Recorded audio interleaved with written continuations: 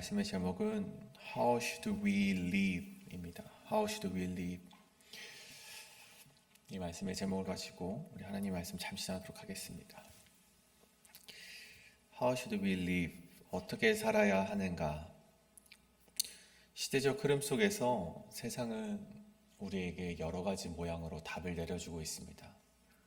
어떠한 이들은 성공을 위해서 치열하게 경쟁하면서 싸우면서 살아가야 한다라고 말해주는 사람도 있고, 어떤 이들은 편안하게 살아가기 위해 조금은 타협하며 살아가는 유도리가 필요하다라고 말하는 사람들도 있습니다. 그리고 성경에서도 마찬가지로 우리가 어떻게 살아가야 하는가에 대한 대답을 내려주고 있죠. 그것이 바로 오늘 1절의 말씀입니다. 그러므로 형제들아, 우리가 끝으로 주 예수 안에서 너희에게 구하고 권면하노니 너희가 마땅히 어떻게 행하며 하나님을 기쁘시게 할 수 있는지를 우리에게 배웠으니 곧 너희가 행하는 바라 더욱 많이 힘쓰라.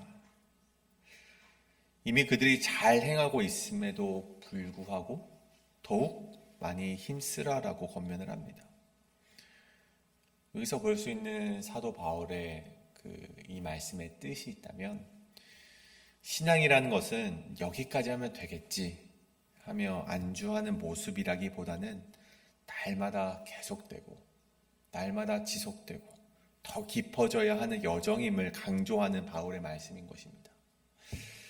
그리고 오늘 본문은 우리가 무엇에 더 깊어져야 되고 무엇에 더 열심을 내야 되는지를 구체적으로 보여주고 있는데, 첫 번째는 우리가 거룩하기 위하여서 애써야 하고, 두 번째는 사랑하고 단정하기 위하여서 더욱더 애써야 함을 이야기하고 있습니다.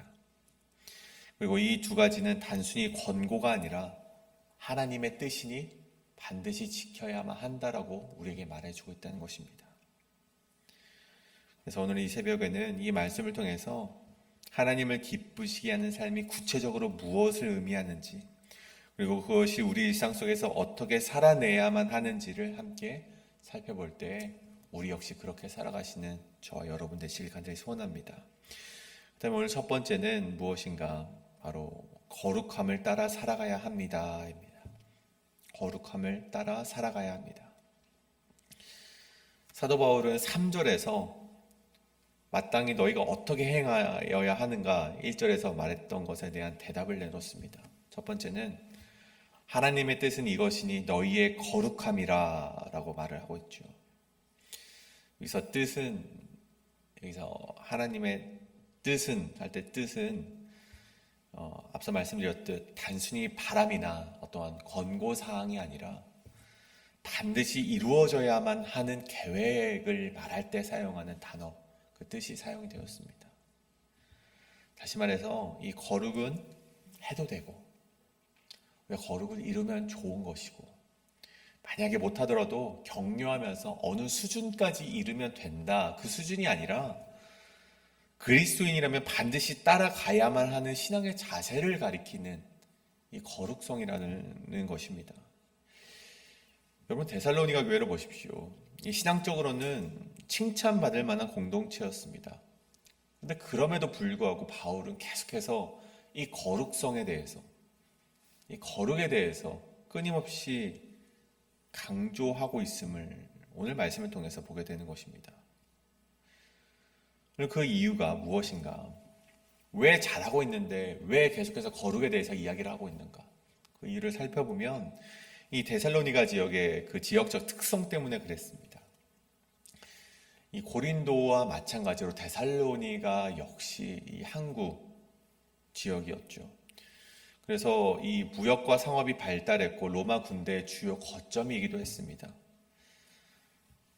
근데 여러분, 지난번 말씀드렸다시피 이 항구 도시는요 굉장히 문란합니다. 많은 인종들과 다른 문화를 가지고 있는 사람들과의 교류 때문에 그들이 가지고 왔던 많은 이방 신에 대한 문화가 같이 교류가 되었던 지역이 바로 항구 도시죠. 이런 도시적인 특성 때문에 도덕적인 문란이 일상적이었습니다.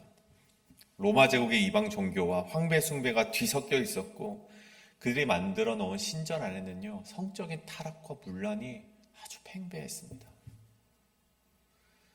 오늘날처럼 개인적인 쾌락의 차원에서 그런 문란을 즐기는 것이 아니라 더 나아가서 종교적인 의례 때문에, 이건 말하자면 이제 신전에서 이 신전의 창녀들이 있죠. 신전 창녀들과 그런 성적인 문란을 통하여서 그들의 신과 더욱더 가까이 갈 수 있다라는 그런 잘못된 종교적인 관례 때문에, 또한 사회적인 관습 때문에 이런 문란이 통용되었다는 것입니다. 이 당시 그리스도인들은요, 그런 행복판에서 살아가야만 했기 때문에 계속해서 거룩을 끊임없이 그들에게 강조를 했던 것이죠. 뿐만 아닙니다. 이 로마 사회 안에 만연해 있는 결혼제도 역시 굉장히 문제가 있었습니다. 결혼은 이 가문의 연합이나 이 정치적인 그런 계약의 입지가 조금 더 다분했기 때문에 아내가 있음에도 불구하고 첩을 두는 것이 굉장히 흔한 일이었습니다. 그러니까 아내와 첩의 의미가 굉장히 분화되어 있었습니다. 아내는 이 후사를 잇게 하는 그런 존재로서 여김을 받았고, 쾌락은 외부에서 추구해도 된다고 생각했기 때문에 첩을 두고 다른 이방인들과 그런 성적인 문란을 즐긴 시대가 바로 이 시대였다는 것이죠. 심지어 로마법 역시 이런 동거관계를 일정 부분 인정을 합니다. 그래서 모두가 그런 것은 아니었겠지만 귀족 사회에서는 이런 것들이 어느 정도 통용이 되고 용납이 되는 사회가 바로 이 데살로니가 교회 그 성도들이 살아갔던 시대였습니다.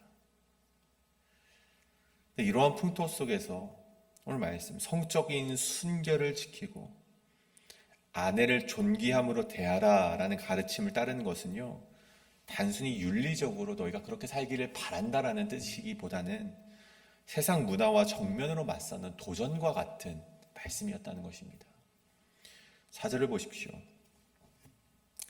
각각 거룩함과 존귀함으로 자기 아내를 대할 줄을 알고, 여기서 대하라라는 말은요, 단순히 소유한다라는 의미를 넘어서 얻어지키며 관리하다라는 의미를 가집니다. 곧 결혼관계를 단순한 욕망의 충족 수단이 아니라 하나님께서 주신 언약적인 책임으로 지켜내라는 말입니다. 근데 그들이 그렇게 하지 못하는 이유가 무엇입니까? 그들이 왜 결혼관계를 그렇게 언약적인 책임의 관계로 지켜내지 못하는 이유가 무엇입니까? 5절에 이르길 세욕 때문이라고 나와 있습니다. 이 원어적인 의미를 보니까 이 세욕이 통제되어지지 않는 욕망이라고 합니다. 하나님을 모르는 이방인들의 본능, 바로 이거 세욕인데, 이것은 여러분 죄성을 말하는 것입니다. 그들이 이 죄성의 지배 당하기 때문에 저들이 문란한 삶을 살아가는 것이죠.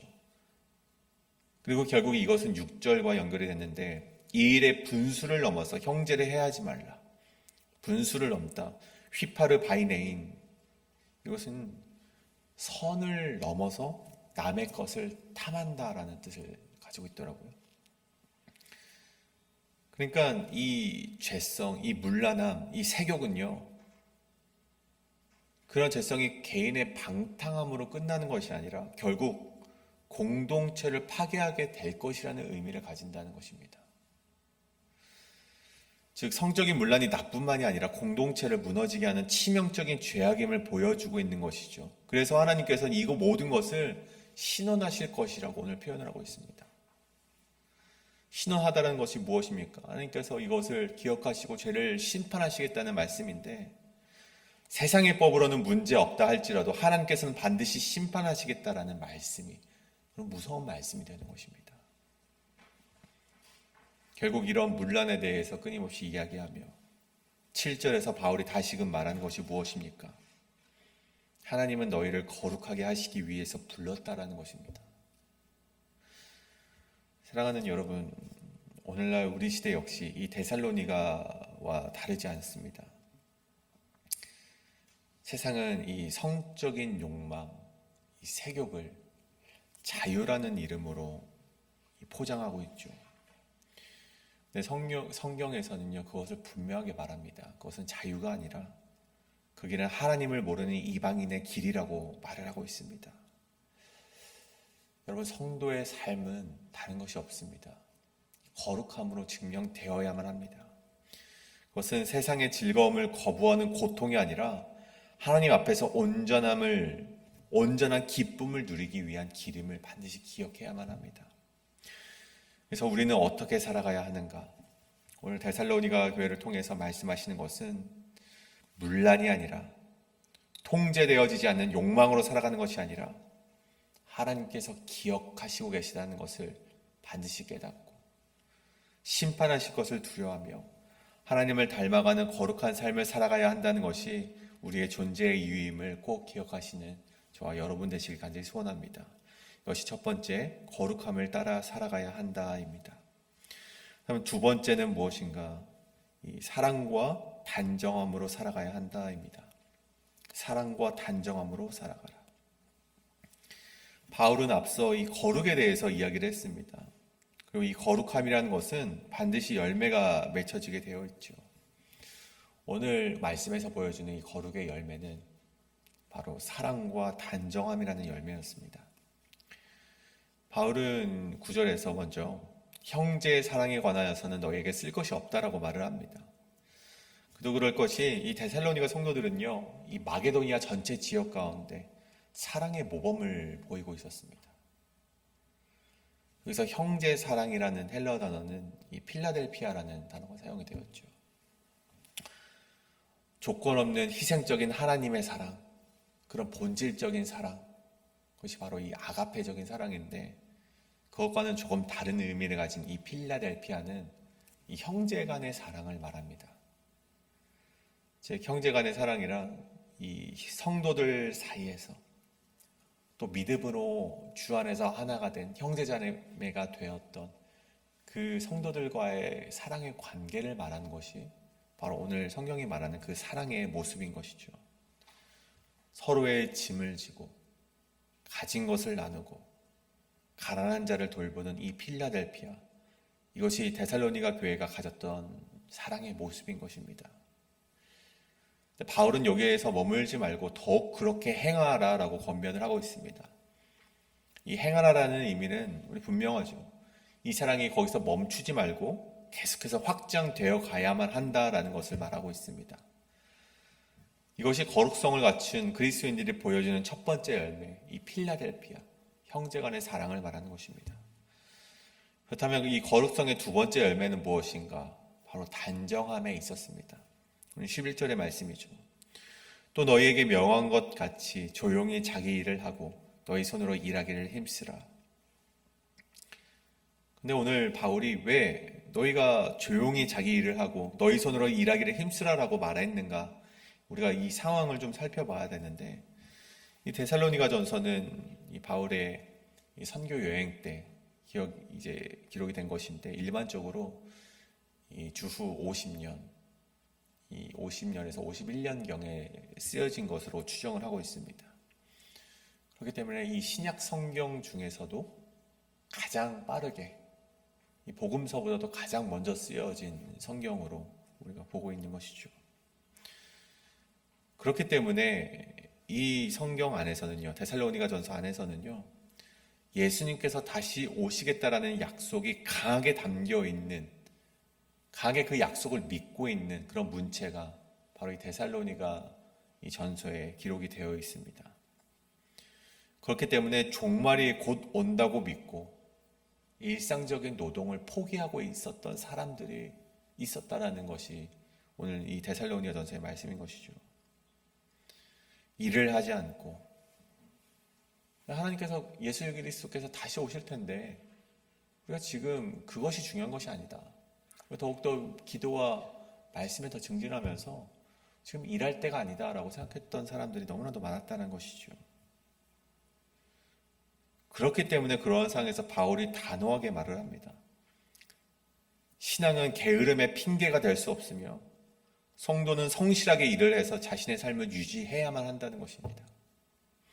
11절 이 조용이라는 말은요, 단순히 말을 적게 하라는 뜻이 아니라 이 불필요한 소란과 분쟁이 없게 하라는 말인 것이고, 그 신앙인은 세상 속에서 불필요한 문제를 일으키지 말고 묵묵히 자기의 일을 감당하는 사람이 되어야만 한다는 것을 오늘 11절이 말하고 있는 것입니다.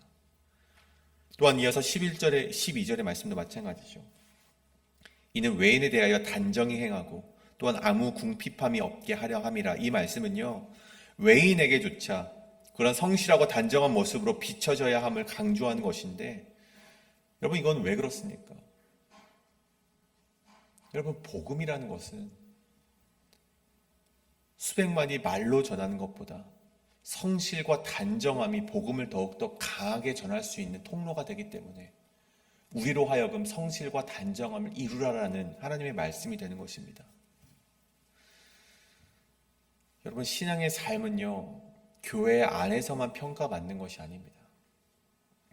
여러분 신앙이라는 것은요, 세상 사람들에게도 평가를 받고 있는 것입니다. 믿지 않는 자들 앞에서, 저 외인들 앞에서 우리가 게으르고 무책임하게 살아간다면 저들에게는, 저 외인들의 눈에는 이 복음이라는 것이 어떻게 보이겠습니까? 여러분 비웃음거리가 되게 해서는 안 됩니다. 여러분 이 복음이라는 것은요, 영광스럽게 울려는 빛이 되어야 되는데, 여러분 만약 우리의 행실을 통해서 비웃음거리가 된다면 그것은 하나님의 이름을 더럽히게 된다는 것이죠. 여러분 그렇기 때문에 우리 믿는 자들은 성실하고 단정하게 그 복음을 증거해야만 한다는 것입니다. 여러분 오늘 말씀을 종합해 보건대 결국 성도의 삶이란 어떻게 우리가 보여지는가? 거룩과 사랑과 그리고 단정함이라는 세 기둥 속에서 성도의 삶이 세워질 수 있다는 것을 우리가 반드시 기억해야만 합니다. 거룩은 하나님과의 관계 속에서, 사랑은 교회 공동체 안에서, 이 단정함은 세상 속에서 드러나는 것입니다. 사랑하는 성도 여러분, 우리는 어떻게 살아가야 하는가? 이 질문 앞에 우리가 일상 속에서 통제되지 않는 욕망들을 여러분 절제해 나가시고, 가정을 또한 지키시고, 형제를 사랑하시고, 우리가 맡겨진 사명 가운데 성실하게 살아가는 그 삶이 우리가 하나님이 기뻐하시는 삶이고, 우리가 하늘나라 그 면류관 얻기까지 이룩 해야 되는 삶임을 반드시 기억해야만 합니다. 그 삶이 곧 하나님이 기뻐하시는 예배와 맞닿아 있는 것입니다. 그러므로 오늘 이 말씀을 마음에 새기며 이 새벽 우리가 좀 이렇게 기도하며 나아가길 원합니다.